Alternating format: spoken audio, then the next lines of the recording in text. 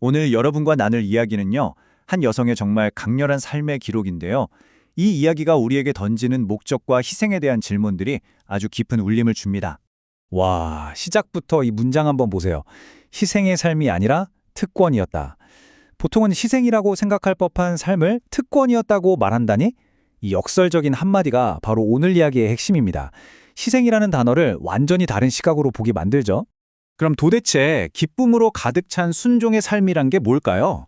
우리 같이 수지 칠더스라는 한 인물의 삶을 따라가 보면서 그 답을 한번 찾아보시죠. 자, 이야기의 첫 장을 열어볼게요. 그녀의 삶은 처음엔 아주 평범했어요.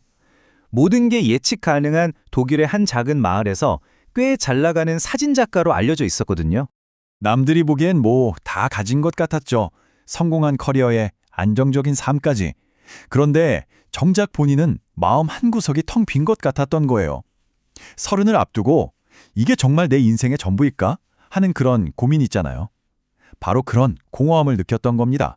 바로 그때 그녀의 인생을 180도 바꿔놓은 사건이 생깁니다. 이른바 백지수표 기도라는 건데요. 이게 뭐냐면 말 그대로 아무것도 적히지 않은 수표처럼 앞으로 어떤 대가를 치를지 전혀 모르는 상태에서 제 인생 전부를 드릴게요 하고 내어 맡기는 기도인 거죠. 그녀가 실제로 한 기도가 바로 이거예요. 주님, 뭘 원하시든 다 할게요. 그냥 길만 보여주세요. 진짜 간단하죠? 그런데 이 단순한 기도가 정말 어마어마한 결과를 가져옵니다. 그리고 정말 신기하게도 이 기도를 하자마자 그녀 인생에 아주 드라마틱한 갈림길이 나타나요. 앞으로의 삶 전체를 결정짓게 될 그런 순간이었죠. 보세요. 정말 여와 같지 않나요? 정확히 같은 시점에 두 가지 제안이 딱 들어온 거예요. 하나는 뭐냐? 잘 나가던 사진 스튜디오를 무려 5개나 물려받는 거예요. 평생 돈 걱정 없이 살 수 있는 그야말로 일생일대의 기회죠. 그런데 다른 하나는 그 모든 걸 버리고 저 멀리 파키스탄으로 선교를 떠나라는 부르심이었어요. 완전한 불확실성 그 자체였죠.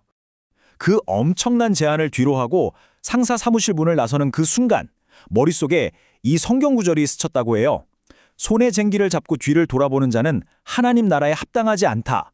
아, 이건 돌아보지 말라는 신호구나 하고 확신하게 된 거죠. 그리고 그녀의 행동이 정말 대단해요. 혹시라도 마음이 흔들려서 설득당할까 봐 그냥 사무실에서 뛰쳐나왔대요. 진짜 말 그대로요. 그 순간이 바로 그녀 인생에 돌아올 수 없는 지점이 된 겁니다. 새로운 미래를 향해서요. 자, 그렇게 모든 걸 버리고 떠났는데 그녀의 선택은 바로 첫 번째 시험대에 오릅니다. 네팔의 한 외딴 마을에서 겪은 일이 그녀의 생각, 그녀의 세계관을 완전히 산산조각 내버렸어요. 네팔에 정말 아무도 찾지 않을 것 같은 깊은 산골 마을이었어요. 그녀가 거기서 사람들에게 물었죠. 혹시 예수님에 대해 들어보신 적 있으세요? 대답은 아주 짧고 분명했습니다. 아니요. 그 한마디가 그곳이 얼마나 세상과 단절된 곳인지를 딱 보여주는 거죠. 그래서 그녀가 이번엔 그냥 정말 별 생각 없이 한번 물어봤대요. 그러면 코카콜라는요?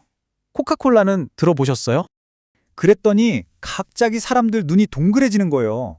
아, 그 병에 든 땀 한 물이요? 하면서 다들 아는 눈치였대요. 세상에 예수의 이름은 한 번도 들어본 적 없는 사람들이 코카콜라는 알고 있다니. 이 엄청난 대비에 그녀는 정말 가슴이 무너지는 것 같았다고 합니다. 시간이 흘러서 이제는 더 큰 시련이 그녀를 찾아옵니다. 이번에는 자신의 신념, 자신의 헌신에 대한 아주 근본적인 대가를 치러야 하는 그런 순간이었어요. 상상해보세요. 끝도 보이지 않는 미크로네시아의 바다 한가운데 구명조끼도 없는 작은 통통바에 타고 있는 거예요. 그런데 갑자기 집채만한 파도가 배를 덮치는 거죠.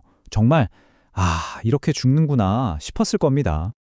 그 죽음의 공포 속에서 문득 이런 질문이 떠올랐대요. 예수님이라는 분이 정말 내 목숨을 걸 만큼 가치가 있는 분일까? 이성적으로는 당연하지라고 생각했지만 엄마로서 아이들 얼굴이 떠오르니 마음이 흔들렸던 거죠. 그리고 바로 이어서 두 번째 질문이 마음을 파고들었어요. 그러면 지금 내가 만나러 가는 이 사람들, 얼굴도 모르는 이 사람들은 내 목숨을 걸 만한 가치가 있는 걸까? 정말 대답하기 어려운 질문들이었죠.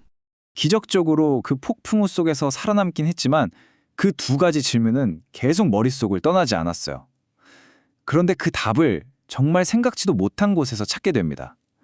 바로 여정의 마지막 날이었어요. 그녀가 우연히 발견한 건 아주 오래전 1850년대에 그 섬에 처음 왔던 선교사들의 잊힌 이야기였어요. 이분들이 매년 보급선이 올 거라는 약속만 믿고 섬에 남았는데 글쎄 본국에 있던 선교단체가 배를 팔아버린 거예요. 배는 다시는 오지 않았고 이들은 완전히 고립된 거죠. 결국 대부분이 병으로, 그리고 현지인들이 말하기를 마음이 부서져서 죽어갔다고 합니다. 지금은 그저 이름 없는 무덤들만 덩그러니 남아있을 뿐이었죠.